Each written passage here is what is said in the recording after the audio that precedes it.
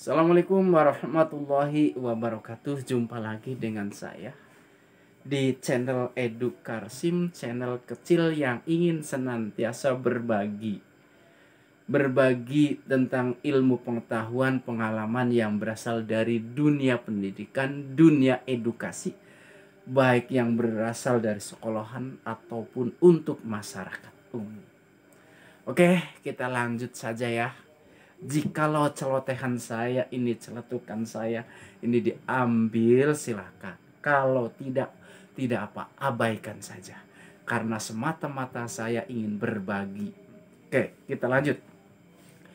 Banyak amal yang remeh itu akan menjadi besar. Pastilah gara-gara niat. Dan banyak amal yang besar akan menjadi remeh gara-gara niat juga. Maka pastilah kita sebagai pengajar niatkan saja yang baik-baik. Tentu saja karena prestasi kita, kerja kita sebagai pengajar, sebagai guru bisa saja hilang, sirna di hadapan Allah Subhanahu wa Ta'ala karena niat kita tidak dilandasi dengan niat yang benar. Nah, niat kita tidak dibungkus dengan keikhlasan serta jauh dari keridhaan Allah Subhanahu wa Ta'ala. Maka ingatlah bahwasanya amal itu terdiri dari 3 bagian. Yang pertama itu bersifat lisan, yakni zikir. Yang kedua bersifat hati, yakni niat. Dan yang ketiga sifatnya adalah gerakan. Bahkan Abu Daud pula mengatakan niat itu separuh dari Islam. Itu karena dalam Islam ada perkara dohir, yakni syariat yang tampak, dan perkara batin yang berupa niat. Oke. Maka kalau kita seorang guru, tetaplah mengajar, tetaplah mendidik, walaupun murid kita, peserta didik kita sudah 90% jenuh. Maka dari itu marilah kita ciptakan yang namanya permainan, sehingga mereka bisa bergairah kembali dan ikhlaslah dalam mengajar tentunya. Karena guru yang ikhlas itu akan banyak memberi dorongan yang positif terhadap anak didik. Oke, kita lanjut ya.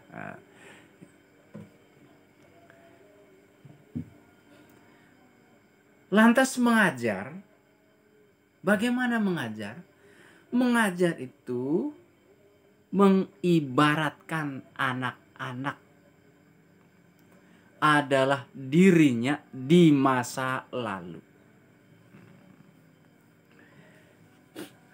Di masa lalu, anak didik itu masih perlu bimbingan dan masih perlu arahan yang menyejukkan hati. Tentu saja di saat jenuh melanda.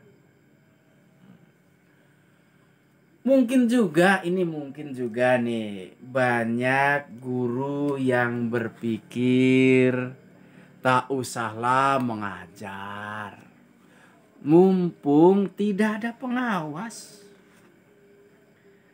Ya, mumpung tak ada pengawas yang datang, tak usahlah mengajar, mumpung gak ada kepala sekolah.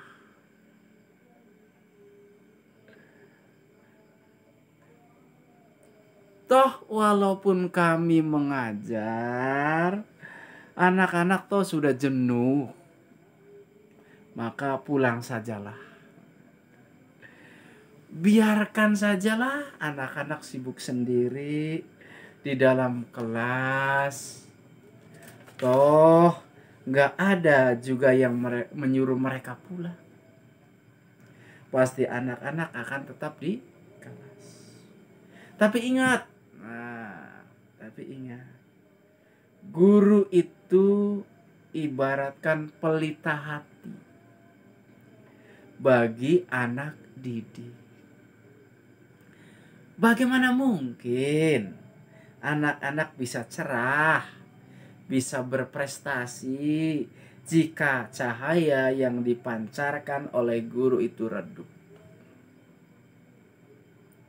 Bagaimana mungkin anak-anak bisa keluar dari suatu yang namanya kegelapan, sementara cahaya yang dipancarkan oleh guru dibuatnya mati? Bagaimana mungkin anak didik kita bisa memancarkan cahaya jika lampu yang kita bawa pergi? Maka ikatkanlah hati kita dalam mengajar. Walaupun siswa kita 90% udah jenuh. Untuk itu ambillah contoh dari diri kita di masa lalu. Kita ini paling senang sekali jika diajak oleh guru yang menyenangkan. Tak ada siswa yang tak mengingat kelakuan guru terhadapnya. Baik ia guru dalam bidang studi, guru kelas ataupun guru agama, dan juga guru olahraga. Mereka juga pernah menjadi siswa. Untuk itu bagi kita yang setelah menjadi guru, yang menjadi guru pengajar, berilah mereka kesan yang begitu baik dan luruskanlah niat. Dan untuk apa kita memberi mereka kesan yang buruk? Maka kita sebagai guru luruskan niat. Oke? Terima kasih atas perhatiannya. Ini adalah celetukan saya. Assalamualaikum warahmatullahi wabarakatuh.